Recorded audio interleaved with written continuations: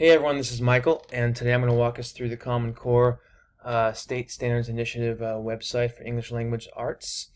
When I first saw this site and navigated it, or tried to navigate it, I was a little intimidated by all the abbreviations, numbers, and just kind of all the details that go into this kind of organizational approach to teaching English.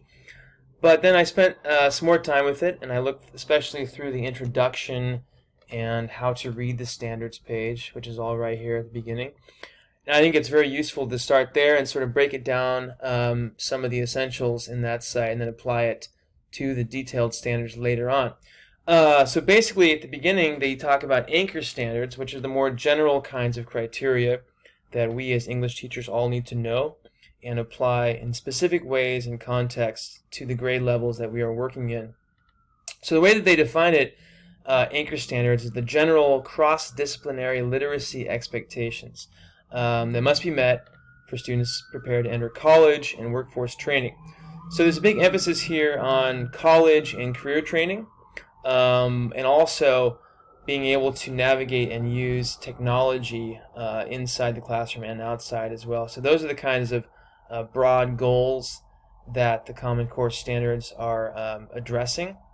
And I think it's useful to know that, especially in the classroom, also knowing how these goals might apply to each of the students that we have. Another thing that they say at the beginning, which I think is useful, is right here when it talks about a focus on results rather than means. To me, this was reassuring because when I first saw all these standards and all the numbers associated with them, I kind of thought the platform and model might be kind of rigid, but that's not the case necessarily.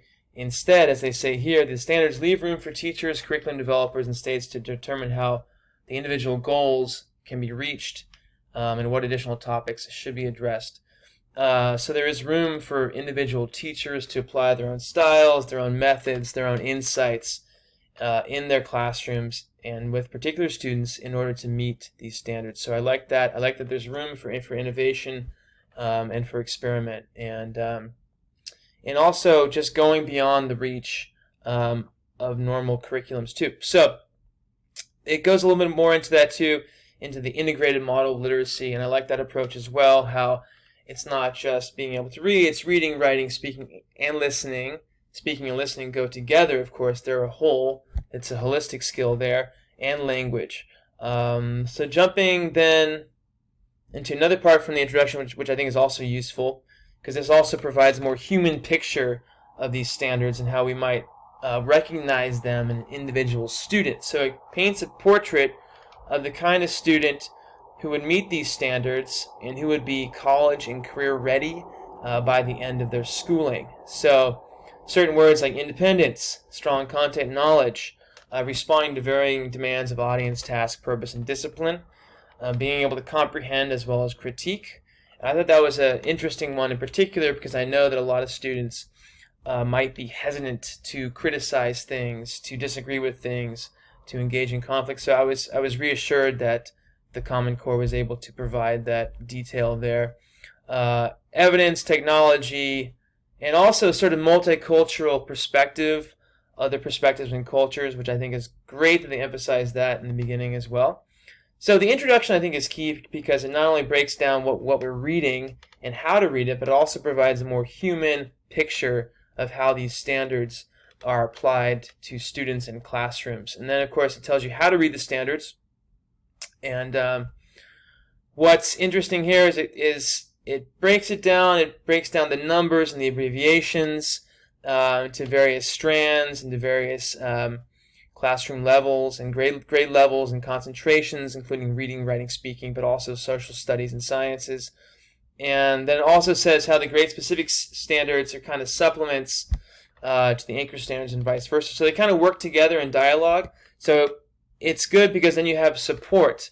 So even if you're confused about some of the grade-specific standards, then you can also check the anchor standards and then go back and check the grade-specific ones. So it creates a sense of mutual support for teachers in case they're ever confused about what they're teaching and how they're teaching it. I'm going to jump into some of the actual, and then some of the actual grade levels. So once you leave the anchor standards part, then you jump into the specific grade-specific ones. So mine is grade 9 through 10. So here, what I thought was interesting was it breaks down all these big subjects, craft and structure, key ideas and details, into various subtexts and sub-skills. And this is extremely useful because it can allow us as teachers to sort of pick skills from different sections and combine them and fuse them in our assignments. So here we kind of have a sort of map of what to work with and how we can achieve our learning objective and teaching objectives in the classroom. So thank you very much.